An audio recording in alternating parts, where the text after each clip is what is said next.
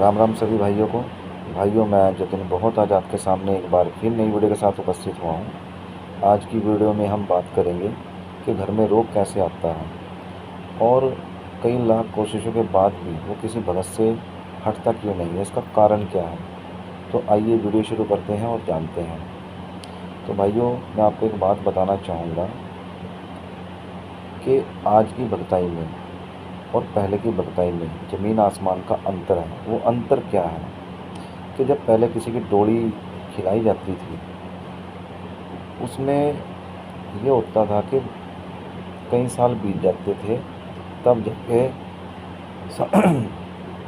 तब जाके देवता शीश पे आया करते थे, वचन दिया करते थे। और आज के जो टाइम में जो भगतावल चल रही है, उसमें ज़्यादा से ज़्यादा सवा महीना, 3 दिन, उससे ज़्यादा नहीं, वचन ले लिए जाते हैं देवता के। तो यही अंतर है। तो जो पुराने टाइम के जो भगत हुआ करते थे, वो अपने टाइम पे कुछ भगत उनमें से खिलाड़ी भी रहे, खिलाड़ी आज भी हैं और खिलाड़ी पहले भी रहे थे। और उनमें अंतर क्या है, उनका भी आपको अंतर बताऊंगा कि जो भगत पहले गलतियां करते थे, आज के टाइम में भी कुछ भगत वही गलती आज भी करते हैं। वो गलती क्या है, वही गलती आपको बताना चाहूँगा। ध्यान से समझिएगा, तभी आप समझ पाओगे कि घर में रोग कैसे आता है और वो लाख कोशिशों के बाद भी किसी के हटाए क्यों नहीं हटता, उसका कारण क्या है। वही कारण आपको बता रहा हूँ। तो उसमें ऐसा होता था उस टाइम पे कि जब कोई भगत या कोई खिलाड़ी किसी रोग को उठाते थे, तो वो क्या करते थे, वो उसकी आड़ गाड़ नहीं लगाते थे, यानी कि किसी की आड़ में नहीं दिया करते थे। वो उस पे मोहित होकर उससे काम लिया करते थे। देवता के जोड़े में इसको लगा दिया करते थे, फिर उससे काम लिया करते थे। अब भाई, जिस देवता ने उस रोग को उठाया, पहली बात तो पावर किस में है, उठाने वाले में, उठने वाले में। भाई, उठाने वाले में सबसे ज़्यादा पावर होती है कि उसने उस रोग को मार दिया, ठीक है। मगर उस रोग को, मारे हुए रोग को, वो अपने शीश पे खिलाकर उससे काम लेने लग गए और उनको फिर पूजने भी लग गए। जब तक वो भगत रहे, जब तक उनका रुतबा रहा, और उनके मरने के बाद वो सारा रुतबा ख़त्म हो गया। ख़त्म ये हो गया कि भाई, देव देव रहेगा, रोग रोग रहेगा।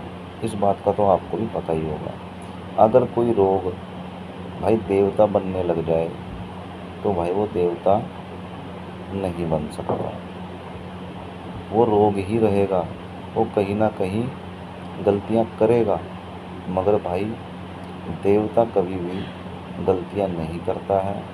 देवता धोखा नहीं करता है। धोखा वो तब करता है जब भगत उसके साथ धोखा करता है, देवता के साथ। तो यही धोखेबाजी एक भगत एक देव के साथ करता था।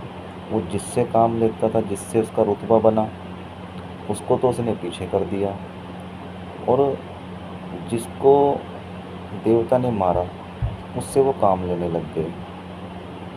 तो यही कारण हुआ कि जब तक भगत रहा, जब तक घर में सब कुछ सही रहा, और उसके मरने के बाद घर में दिक्कत पैदा होनी शुरू हो गई।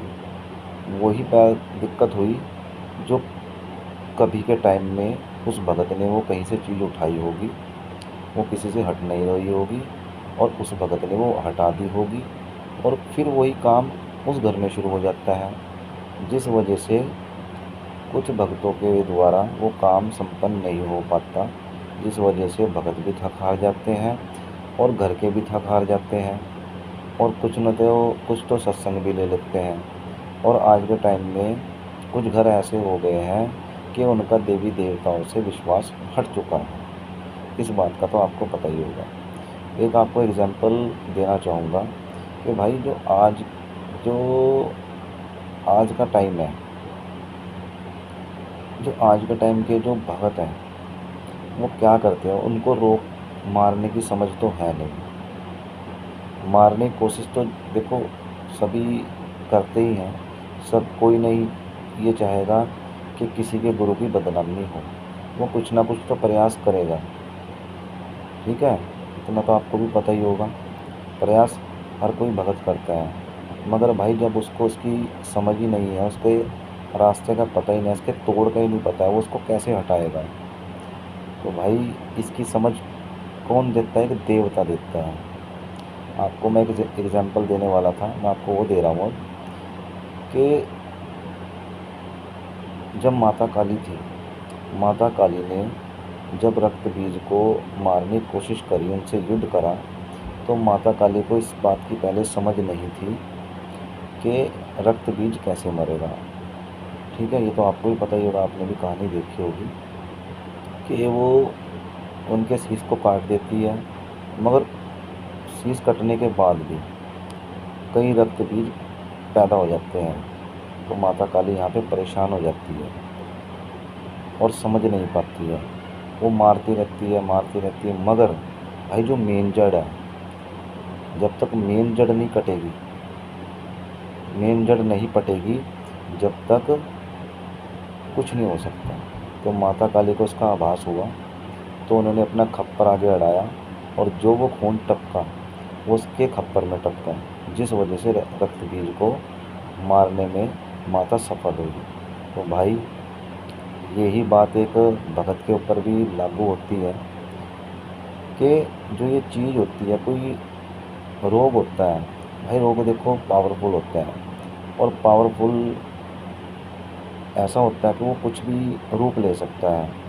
तो ऐसा ही होता है कि भाई भगत भाई कोई भी होता है कि उसकी जड़ को तो वो देखता नहीं, उसको मारता है, वो फिर आ जाता है, वो फिर मारता है, फिर आ जाता है। सेम कहानी रक्त बीज वाली है, बस इसी बात को कोई समझ नहीं पाता। तो भाई ये हर किसी के बस की बात नहीं है, ये कोई गुणी ही काम कर सकता है, जिसको इस चीज़ का ज्ञान होगा, जिसके पास देवता अच्छे और सच्चे होंगे। देवता तो देखो पहले भी थे और आज के टाइम में भी है, मगर बस भाई फ़र्क यही है कि आज के टाइम की सेवा में और पहले के टाइम की सेवा में ज़मीन आसमान का अंतर है। तो भाई यही कारण है कि आज के टाइम में कोई भगत भाई, मैं सभी की तो बात नहीं कर रहा, अगर किसी के सामने ऐसी सिचुएशन आ जाती है तो उस काम को कर नहीं पाता है। यही कारण है कि उसको उस रोग की समझ नहीं होती है, जिस वजह से वो थक हार के बैठ जाता है और वहाँ से हाथ जोड़ के निकल जाता है। और जो दुखिया है वो भी बेचारे इधर उधर भटकते रह जाते हैं। एक दिन ऐसा आता है कि वो भी इस भगताई से हाथ जोड़ के सत्संग लेके बैठ जाते हैं। तो भाई यही कारण है, और ये गलती सिर्फ एक भगत की है कि भाई आपने एक रोग को देवता बनाकर पूज रहे हो। वो तो गलती करेगा ही ना, फिर भी रोग तो भाई फिर भी गलती करेगा ही। देव थोड़ी ना गलती करता है, उसने तो दुख देना ही देना है। तो भाई पावर कौन बनाता है, उस रोग के एक भगत ही बनाता है। जब भाई आप उसको पूजोगे, धोकोगे, उसकी पावर को बनाओगे, तो देवता आपका साथ देगा। तो इसलिए देवता भी साथ छोड़ देते हैं कि भाई अब यही मेन है, अब यही आगे रहेगा और अब यही करेगा। तो एक गुस्सा देवता का भी हो जाता है, और देवता ये भी चाहता है कि भाई मैं इस रोग से मुक्त भी हो जाऊं, मगर वो देवता इस सोच में रह जाता है कि कोई ना कोई, मैं किसी ना किसी रास्ते में, किसी ना किसी रास्ते से कहीं ना कहीं को इस रोग को मारूंगा ज़रूर। मगर भाई उसको मारने के लिए, अगर वो किसी और रास्ते से उसको मारने के लिए आता भी है, तो भाई बस बात यह है कि वो बात नहीं बन पाती, क्योंकि वो पावर आज के टाइम में नहीं रही। क्योंकि वो सेवा भी नहीं रही जो सेवा पहले के टाइम में थी। तो कारण ही भाई यही है कि भाई घर में रोग नया नहीं बढ़ता, वो पुराना ही होता, पुराने टाइम का ही, जिसकी वजह से वो नहीं हट पाता है। तो आई होप कि आपको ये भाई बात समझ में आई होगी। अगर भाई बात समझ में ना आए तो मुझे कमेंट करके ज़रूर बताइएगा। अगर आपको ये वीडियो अच्छी लगी हो तो इसको लाइक ज़रूर कीजिएगा और ज़्यादा से ज़्यादा शेयर भी कीजिएगा। और जो भाई हमारे चैनल पर नए हैं वो चैनल को सब्सक्राइब ज़रूर कीजिएगा। तो भाइयों, आज की वीडियो में सिर्फ इतना ही, और नेक्स्ट वीडियो में मिलेंगे। मैं आपको